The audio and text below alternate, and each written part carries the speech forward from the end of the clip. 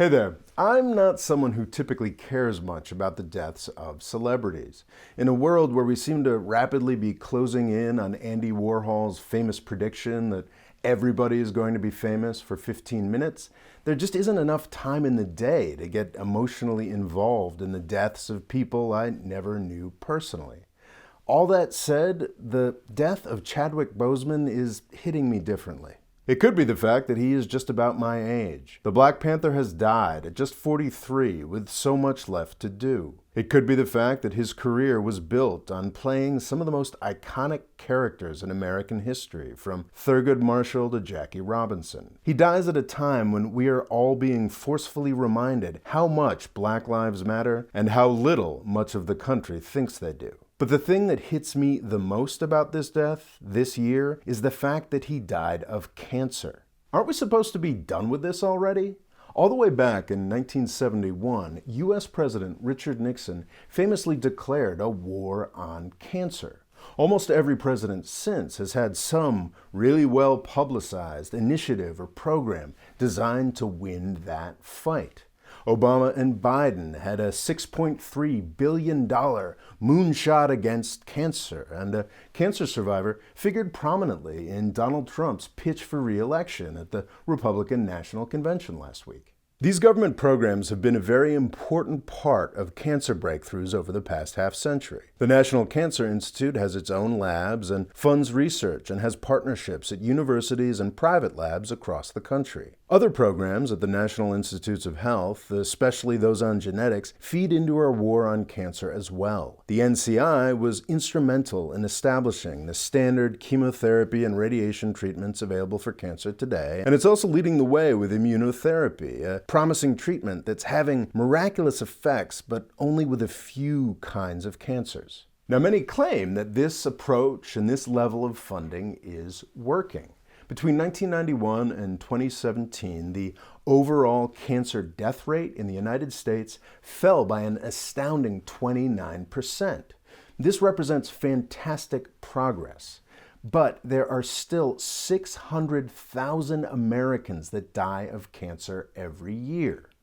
Let me say that again. 600,000 Americans die of cancer every year. 600,000 people is around the number of soldiers who died in our most costly war. And the U.S. Civil War went on for 4 years, not just one. 600,000 people is about 200 times as many as died on 9/11, a supposedly irreparable loss that we have spent trillions of dollars failing to do much about over the past 20 years.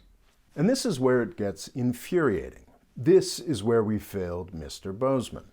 No matter how big and impressive our research infrastructure looks on paper, and no matter how many presidents congratulate themselves for doing something on cancer, the truth remains that we spend basically nothing on defeating this scourge. The National Cancer Institute gets about $13 billion a year. The National Institutes for Health, the umbrella organization responsible not just for cancer, but also for defending us from threats like COVID-19, gets about $42 billion a year. Compare that to the Pentagon, which gets between $750 billion and $1.2 trillion a year, depending on how you do the math. This imbalance between the NIH and the Pentagon has been bothering me all year. National defense is important, but disease kills orders of magnitude more people than terrorists or international rivals. This is true every year, but it is especially true in 2020. If the NIH had just had a few billion more dollars and a little more respect, then maybe it could have stopped the coronavirus the way they did in South Korea and New Zealand. If that had happened, then the U.S. economy would be a couple $1 trillion bigger than it is right now.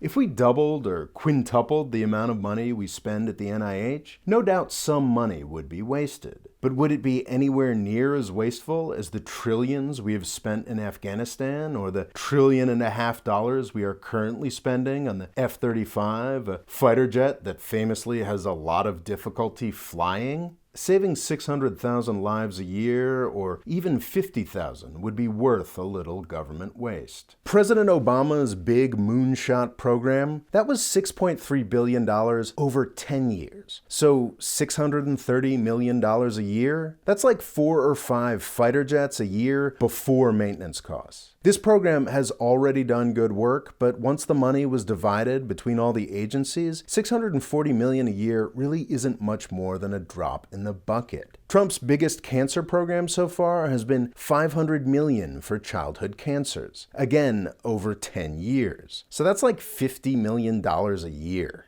I'm not someone who thinks it's fair to go after the Trump administration for their ballooning Secret Service costs.